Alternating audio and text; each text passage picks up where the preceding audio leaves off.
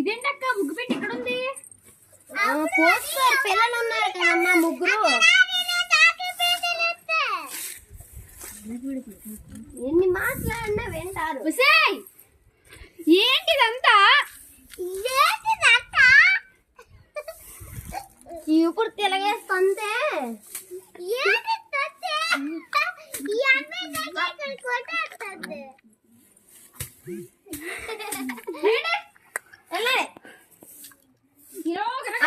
కూర్చోండి,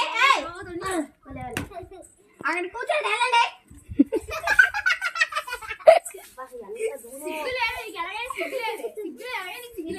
నవ్వుతారు.